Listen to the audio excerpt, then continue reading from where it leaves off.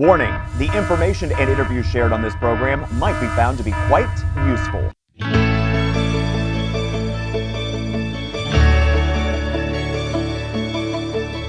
Hi there, and welcome to another episode of For Mature Audiences, a show for the senior community and those who love them. Now, if you didn't know, June is Alzheimer's and Brain Awareness Month. So our show today will focus on local resources available to you, your family, or your friends that may be traveling through the Alzheimer's and dementia journey. And it's likely that you know someone with some form of dementia because there are nearly 7 million Americans living with a dementia diagnosis, and 1 in 3 seniors are dying from Alzheimer's or another dementia. In fact, here is a startling statistic for you. Between the years of 2000 and 2021, deaths related to heart disease have decreased by 2.1%, while deaths from Alzheimer's and dementia have increased by a whopping 141% in that same time frame. And right here in our region alone, there are nearly 300,000 people living with a dementia diagnosis. Many are more likely living with the disease and just don't know it. I had the opportunity to speak with Sharon Covert, Executive Director of the Alzheimer's Association West Virginia chapter, about the disease and how the Alzheimer's Association can help. Sharon, a lot of folks hear the terms dementia and Alzheimer's, and oftentimes they may not understand the difference between the two. If you could please start off by explaining what the difference between dementia and Alzheimer's are. Sure. Dementia is like an umbrella. It is a type of disease, like, say, cancer is a type of disease. Alzheimer's is one kind of dementia. You may hear of a dementia like Lewy body syndrome or frontotemporal dementia, which is what Bruce Willis has, or Alzheimer's disease. And Alzheimer's disease is characterized by plaque in the brain, which is unique to that type of dementia. It's one of the most common types of dementia, but that is, I don't know if there's a difference so much as just the semantics between the two terms. Yeah, sure. And so the Alzheimer's Association is the world's leading organization to help combat Alzheimer's and all other dementia. If you could please tell us exactly what the mission is of the Alzheimer's Association. Well, you said it. And we want to do this through research, through care and support services, through diversity and inclusion in all of our programs to make sure that everyone has what they need to navigate this disease, and through advocacy and public policy. And so, locally, we've just passed our third piece of unanimous legislation in West Virginia. Ohio just had a task force approved through their legislature. So, we've been very successful in that way at the local level and then at the federal level for different types of legislation to support caregivers and to support the infrastructure in states. And we offer support groups. We have them that meet in person. We have them that meet online. We have a 24/7 helpline. We go out into the communities and do education programs, do caregiver training. So there's a great assortment of things that we do. We try to meet people where they are and offer them what they need. The helpline is a great place to start, 800-272-3900, to just find out, to just tell them maybe what you're experiencing, and maybe they'll have some suggestions from there. I always suggest either alz.org or the helpline be your first step. And those are great resources to kind of guide you in the right direction. But aside from those resources, tell us, because there are some community engagement events also that people in the local community can take advantage of. And if you could please tell us a little bit about those. A lot of the things that when people first get this diagnosis, there's some pretty standard responses. And one is to kind of be in denial and not do anything. And other people get it and think, I've got to do something right now. And so, they start Googling it and they find us, and maybe they sign up for one of the walks to end Alzheimer's that we have around the country. All you do is go to alz.org/walk, and you can enter your zip code and they'll tell you what's closest to you. People can get involved with the Longest Day, which is like another fundraiser. Maybe you don't want to go to an event on one certain day. Maybe you want to do something at your home, or you go to a knitting circle, or you play poker or something and you want to do a fundraiser in that way. In West Virginia, we have the Brain Ball up in St. Clairsville and Wheeling area. And that is a gala, and that's on June 15th of this year. It's a big event, as you know, Tate, because you usually MC it, and it's in its second year. We've outgrown one venue and had to move to another one, so that's a really exciting one. And then if people want to volunteer, they can be on a walk committee, they can be a community educator, they can lead a support group, they can we call them community representatives. They can go to health fairs and take the material and help us to expand how we reach people, because there's only so many staff. And West Virginia's got 55 counties, Ohio's got hundreds of counties, so it's like you want to be at everything, but maybe you can't. So the volunteers help us to expand our reach.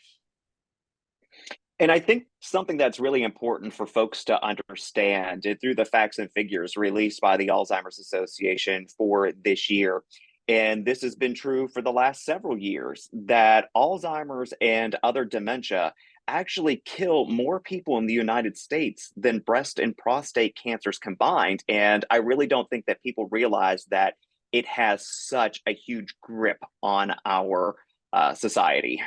Exactly. People maybe will die with Alzheimer's, or maybe they will die of Alzheimer's. And many, just the people that die of the disease is a large number. The people that die with the disease is even bigger. And we're here to say, we've got, for the first time ever, we're in the era of treatment. There's actually a treatment for early stage Alzheimer's disease. It has to be Alzheimer's. It's not for different types of dementia, but it can actually slow the progress of the disease for maybe 18 to 24 months. And I mean, in the last 3 years, we've had two treatments be approved by the FDA. So what could happen if you had another 24 months, to slow the progression of it? I think it's just something that people, you can be a part of research pilots that are going on. And that's another thing. If you go to our website, alz.org, and you input research trials, you'll get hooked up with our trial match program. And sometimes it is nothing more than a survey that they send you to see how you eat and if it runs in your family. And other times it might be something, sorry, I'm working from home, I heard my dog, but where you can go in to an actual in-person, research trial. And I think that a lot of people don't really understand just how much of an impact that they can have by volunteering and getting involved with the Alzheimer's Association in order to help other people in their communities, because there are so many of us who our lives have been impacted. And from my perspective, I think that many other illnesses throughout the history of human life here on Earth have gotten a lot more awareness behind them. And unfortunately, we're just now kind of trying to play catch up with Alzheimer's and dementia to make sure that people recognize that this disease, unfortunately, is growing, and it's growing very rapidly. And if we don't have volunteers to help us to spread the awareness component and to do all of those things, it's just going to grow out of control to a point to where it won't be sustainable for Americans or the globe long term. You are exactly right. This is a disease that people, in the first, I think when they first discovered it, when Dr. Alzheimer first discovered it, it was an autopsy on someone, and they were like, okay, well, that's what that is then. And nothing happened for the next, say, 80 years, and then like research in it's only been going on for about 50 or 60 years, like really dedicated research to this disease. So we're in the throes of the young side of it. But this is something where people didn't want to talk about it. They assumed it was normal aging. It's not. If someone is sharp as a tack when they are 2, they should be sharp as a tack when they are 92. So that is, something people just think, oh, it's just normal aging. And it's not normal aging. It's a disease of the brain. And just like you would get heart disease or, congestive heart failure or something, that's what it is, and it can be treated now. But I think the people have to talk about it. We're seeing celebrities come out and share their story, and I'm really grateful for it, because there's almost a stigma attached to it that this is these people are crazy or they've got mental health issues. And I had someone early in this, when I started with the association about 7 years ago, say it's not a mental disease, it is a disease of the brain. And those are two, they're treated differently. And I think that is what you're saying is very important, that people talk about it. Well, excellent. Thank you so very much for being our guest today, Sharon. We so greatly appreciate you and the work of the Alzheimer's Association. We appreciate you. We appreciate our volunteers. Anyone who wants to sign up to volunteer, we'll find a way to put you to work. And we really appreciate, we couldn't do it without you all. And to recap some of the information we just heard from Sharon, if you or someone you know is in need, you can always call the Alzheimer's Association's 24/7-hour helpline at 800-272-3900 or visit alz.org for more information or to volunteer. Now, there are 3 major events in the area that you can participate in to support the Alzheimer's Association. Jarvis Law and Capital Healthcare Network host their 9th annual golf scramble at the Caddis Country Club on Saturday, June 7th. The 2nd annual Ohio Valley Brain Ball Gala will take place on Saturday, June 15th, beginning at 6 p.m. at Wheeling Island Hotel Casino Racetrack. And the Upper Ohio Valley Walk to End Alzheimer's will take place on Sunday, September 22nd at Wheeling Park, beginning at 1 p.m. We are the first entity in West Virginia to own this innovative technology system for specifically evidence-based for people who are going through cognitive change. And it is called the Tover TOEFL. I don't know if you've ever heard of it. It's actually the Dutch word for magic table. An affordable way to help Ohio Valley residents who may be dealing with the early onset of Alzheimer's or other cognitive decline, utilizing a very unique method. Coming up, we'll introduce you to a local college professor who says it's not just her job, but also her passion to help those who are facing these growing brain changes. That's when we return.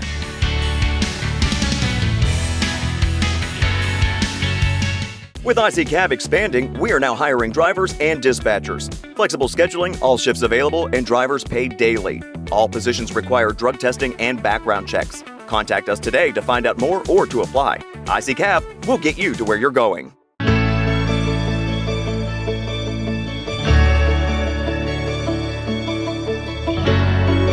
Welcome back to For Mature Audiences. The main focus of this show is to let you all know that the Ohio Valley is abundant in resources you may need, and the Speech and Language Arts Department at West Liberty University offers services that you all probably didn't know about.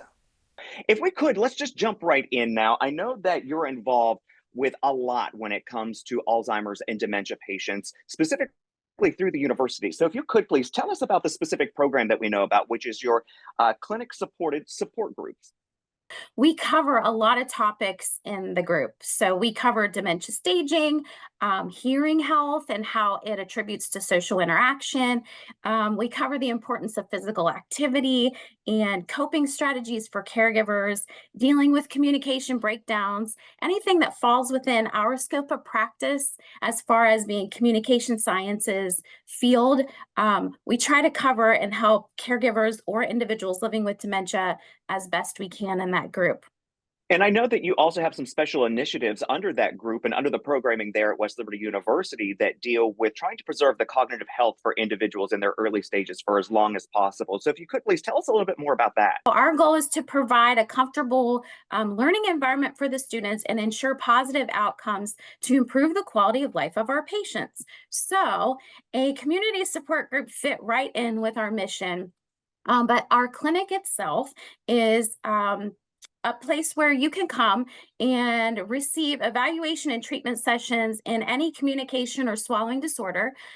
You'd be matched with one of our WLU students, but supervised by one of us licensed and certified speech language pathologists or audiologists. And so our hearing clinic is fully functioning for comprehensive assessment and treatment of hearing disorders, including the sale of hearing aids, which we sell those at cost. So if this is something that people are looking at and saying, wow, it's not covered by my insurance or Medicare or something of the sort, our hearing aid dispensement is a little bit cheaper than some of the other places because it is a university clinic.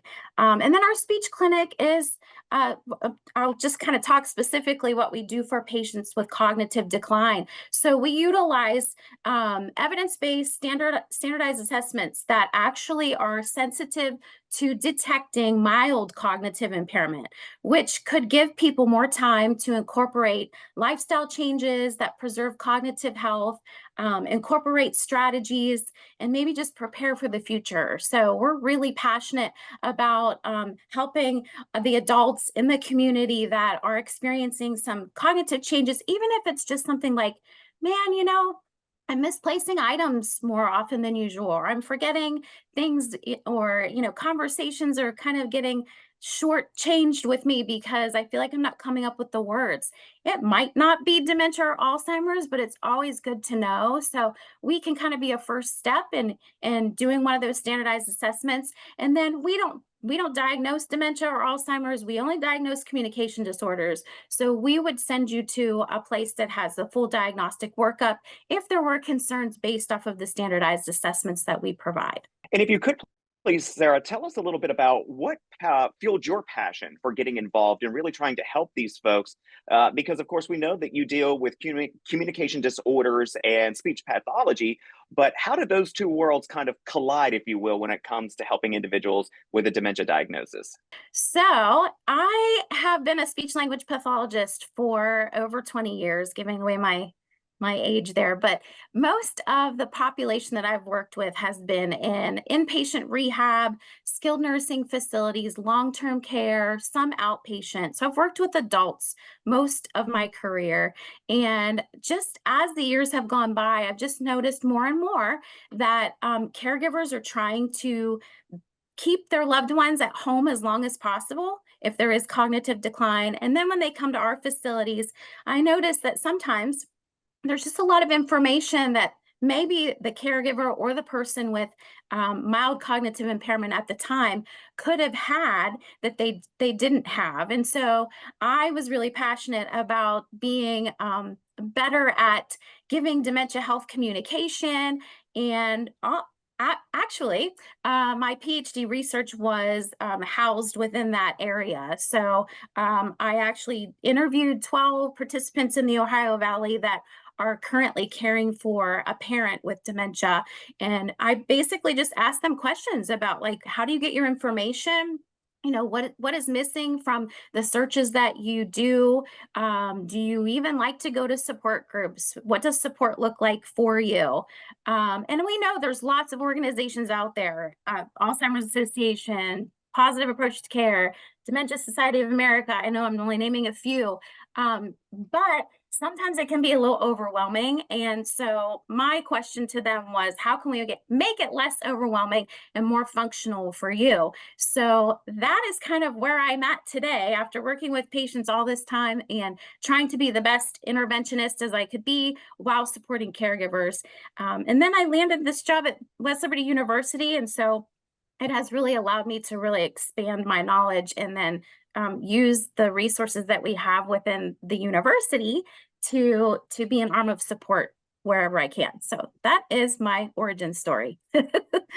And that's fantastic because you also have recognized, and we all know this now based on the facts and figures that have been released by the Alzheimer's Association for 2024, but we have nearly 7 million Americans who are living with a dementia diagnosis. And that does not account for the numbers of people who live in rural communities that don't have adequate access to healthcare. Especially here in Appalachia, we know that there are a lot of people who either don't seek out medical treatment or don't have access to it. So in my mind and my fear is that we have so many people, of course, we know 300,000 within our region are diagnosed, but so many more are undiagnosed because of those reasons I just mentioned. So I think that it's fantastic that you have really taken the reins there and taken your passion and your background in language speech pathology and kind of intermeshed the two of them to do what you're doing. And so aside from what you're doing there at West Liberty University with the support groups and everything, you also are a community educator for the Alzheimer's Association, and you also host a support group off of the Hill as well to make things a little bit more accessible for folks who may be maybe apprehensive about traveling up to West Liberty. Our support group actually only meets off the Hill. That's why we specifically Oh, good. we specifically chose that location, because we know sometimes geographically coming to the Hill isn't always conducive, especially for people where time is a commodity, and maybe leaving their loved one to come and get that hour of support that drive time might be essential to what they can get out of that hour of support. So we meet at the First Christian Church Disciples of Christ on National Road. The pastor and his wife there, Alicia and Kenny Hardway, have allowed us to use that space for free.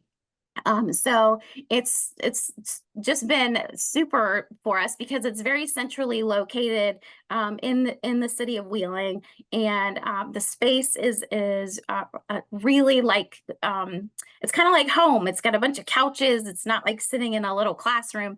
We get to really kind of share with each other, whether it's just a social support need. Hey, I'm going through this and I just really need somebody to tell me, how you got through this, or maybe I just need you to listen to me so I feel validated.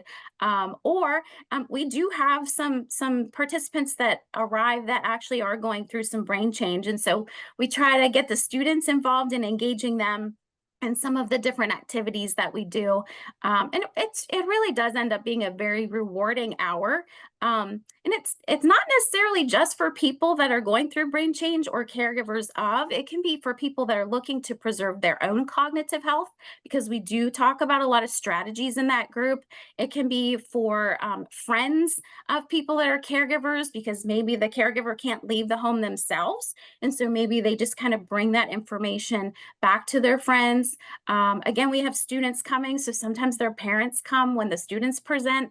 So we do have a lot of fun there. We are the first entity in West Virginia to own this innovative technology system for specifically evidence-based for people who are going through cognitive change. And it is called the TOVER-TOEFL. I don't know if you've ever heard of it. It's actually the Dutch word for magic table. And so it was created in the Netherlands by Dr. Hester Lariche. I hope I'm saying that right, who actually set out to study if light projections onto a surface where someone's drink would be located would possibly stimulate that person to reach for the drink and take a drink. Because we know as cognitive decline progresses, sometimes that initiation is not there. And so the researcher was trying to figure out ways to get a spontaneous reaction to, oh, I need to take a drink to improve hydration.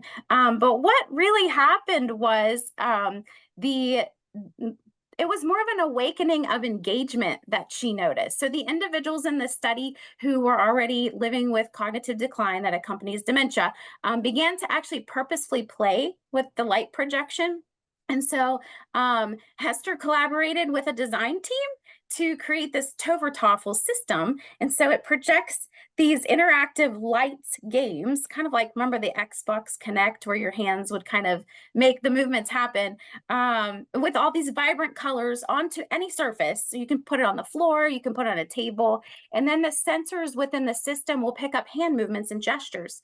And so the large scale studies that have scientifically been conducted indicate that the TOVER-TOEFL magic table affects social emotional behaviors, increases physical activity, and contributes to a lot of engagement and social interaction. So it's evidence-based for populations with cognitive disorders to make a difference in those areas.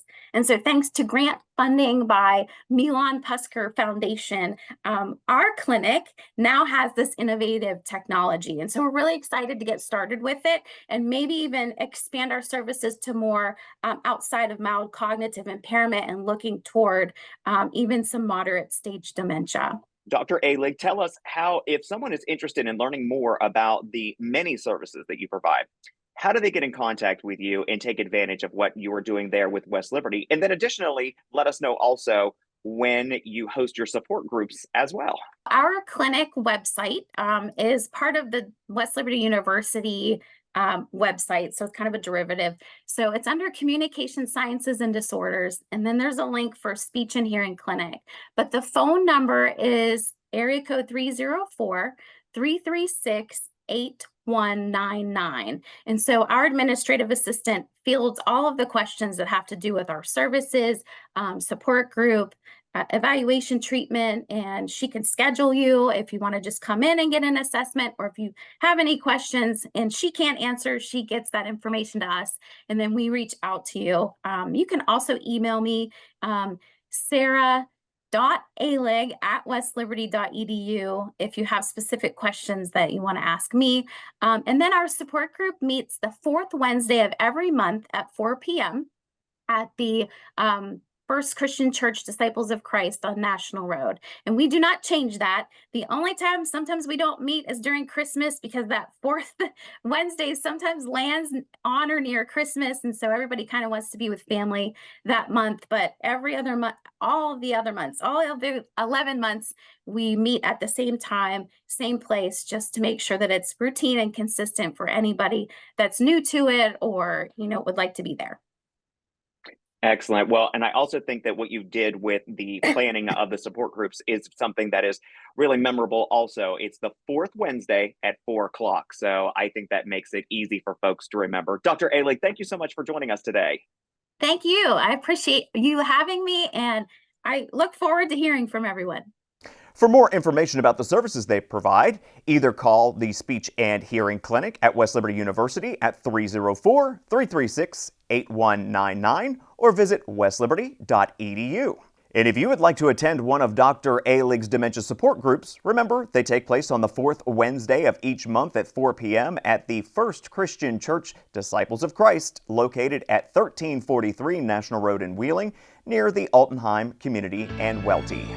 And up next on For Mature Audiences, there's a new program at the Howard Long Wellness Center in Wheeling that's good for the brain and the body. And we're going to find out all about it in our Aging Awesomely segment, so stay tuned.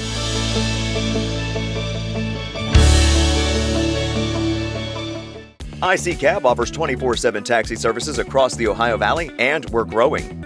We now offer services in Brooke and Hancock counties. We offer safe and reliable transportation, courier services, corporate travel, and more. Contact us today for your next ride.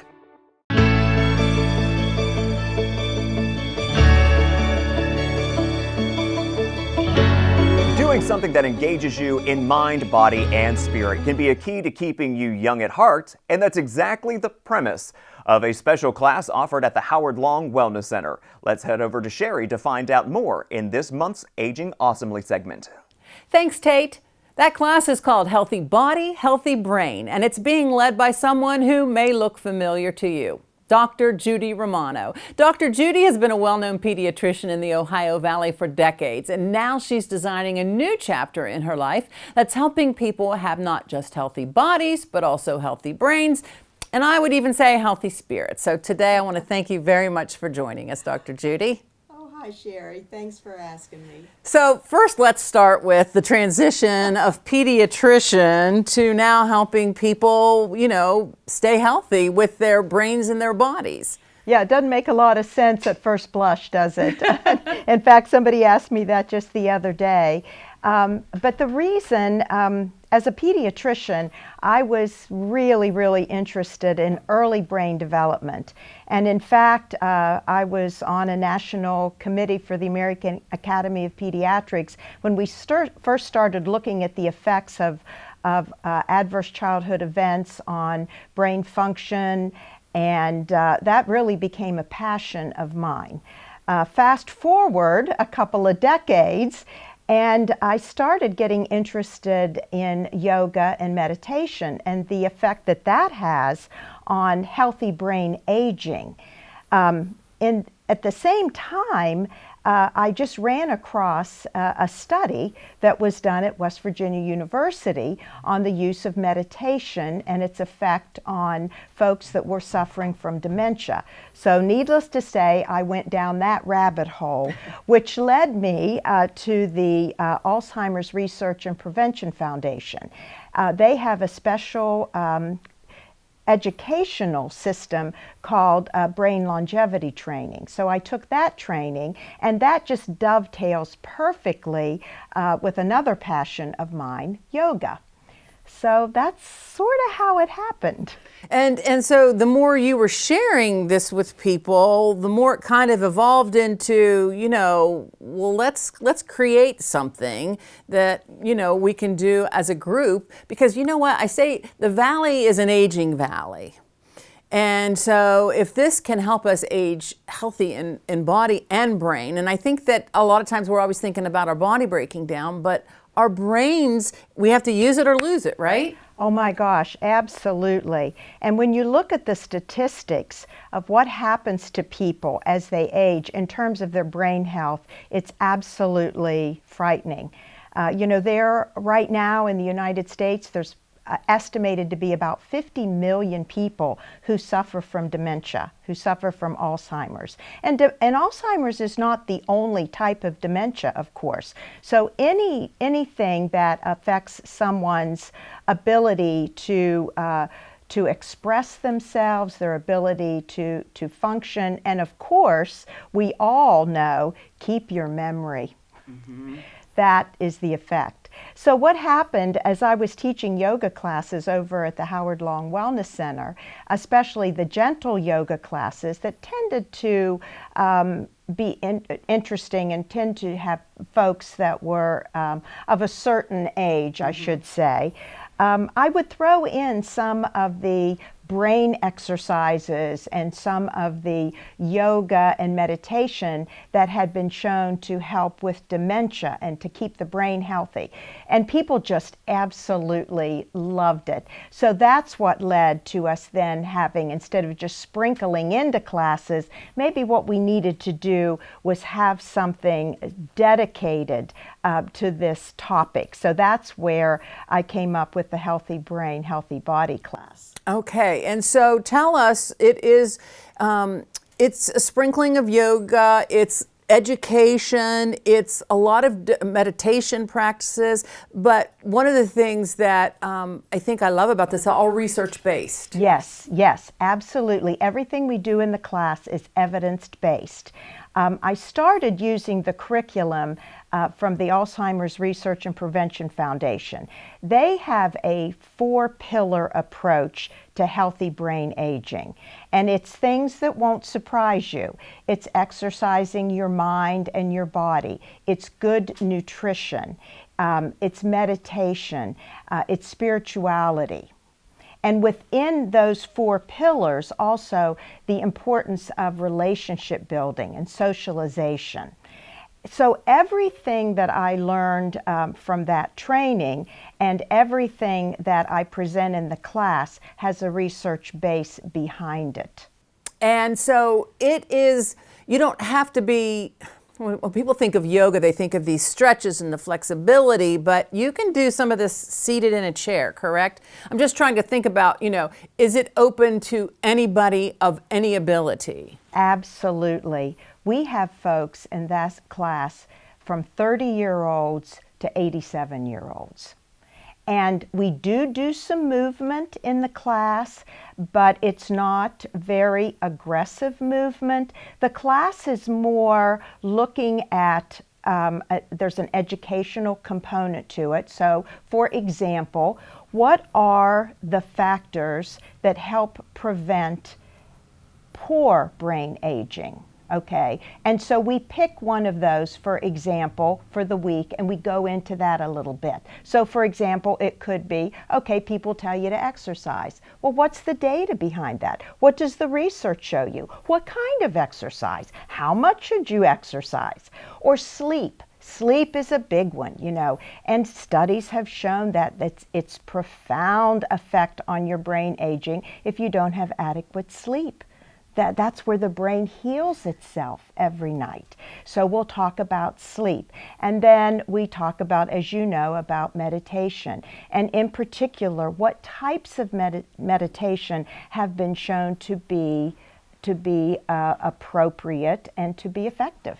And I just love that you do have people of all ages. So I do have a question for you. When is the class, and is it a course of classes, or is it kind of evergreen where anyone can join at any time? Or is there, a certain, schedule for this? That's a great question. And actually, when we started out, we said it's going to be a 6-week class.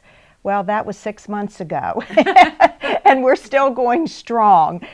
So what we're doing, we are repeating some of the topics, but if folks in the class have a special request that we do maybe for the next week, then we do that. But yeah, it is ongoing at this point. And in what days and what times? It's Tuesdays from 10:30 until 11:30.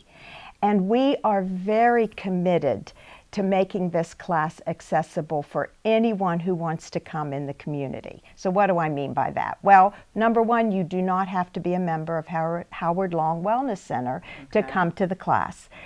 Number two, the first class is free. So if you come and you don't like it, that's okay, but we'll make sure you like it. And the third thing is, if you do like the class, you can buy a pass for Howard Long Wellness Center. And that pass is $30 for 10 classes. And that pass will get you into any yoga class. And there's some other classes too, Tai Chi, and my class with a healthy brain and healthy body. I think it's a pretty good deal. I think it's a really good deal, and I think that people at least should try it, because trying something new is healthy for your brain as well. Absolutely, yes. So let's talk about you and what you think are the keys to healthy aging. Well, I know a good bit about the brain, and I know a good bit about health, and it just makes sense that following these things that we've already talked about, the pillars, are crucial.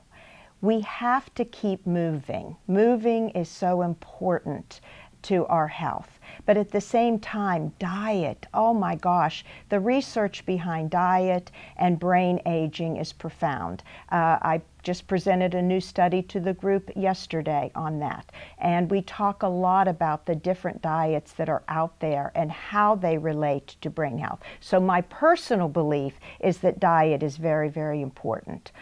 Spirituality. And not that by spirituality, I don't necessarily mean religion. In fact, I don't mean religion at all. I mean spirituality. Having a purpose in life. Again, studies show how very important that is. Socialization, staying in touch with people, doing activities with people that are like-minded with you. That is very important. Gratitude. Gratitude leads to joy.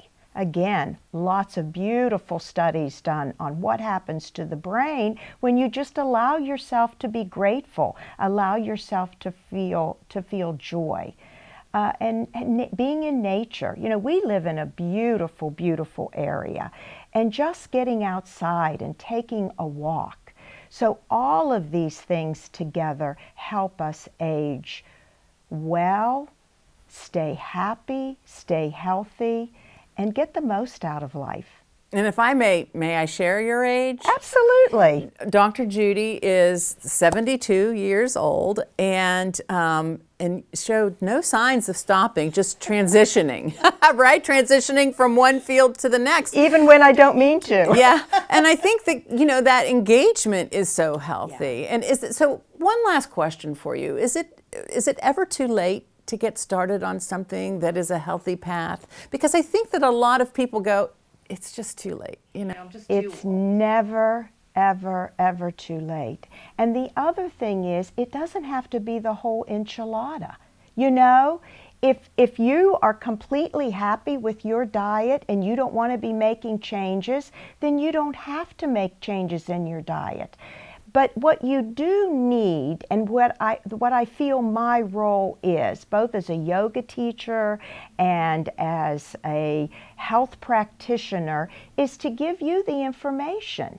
People need the information. Then they can make up their own mind. And you, as an individual, then, can pick and choose what's going to work for you. But if you wake up one day and you say, okay, I'm going to do it all, I'm going to exercise, I'm going to eat right, I'm going to do this, I'm going to do that, you're not going to do any of it. Okay? So pick something that is manageable. Try one little thing at a time, and before you know it. You know, when I went to my first yoga class, I was already in my 60s when I started doing yoga. And I mean, certainly I didn't stand on my head. Okay? Mm-hmm. So just pick something and try it. And try it. You might like it. You might. That's great advice. Dr. Judy, thank you so much for joining us. You're certainly someone I would consider a mentor and a goal for Aging Awesomely. Oh, thank you. Thank you, Sherry. We love featuring people in the Ohio Valley 65 and older who are living a vibrant, healthy life, just like Dr. Judy. So if that someone is you, or someone you know, reach out to us with your suggestions. Who knows, you just might be the next person we feature in Aging Awesomely. And that's a wrap on this edition of For Mature Audiences. We certainly hope that you walk away with great information and some inspiration too. And remember, our goal is to keep you in the know of issues and services that relate to people as they age. So if there is a particular subject or topic that you would like to see us cover, just send us an email. We would love to hear from you. Thanks for watching, everyone. We'll see you again next month.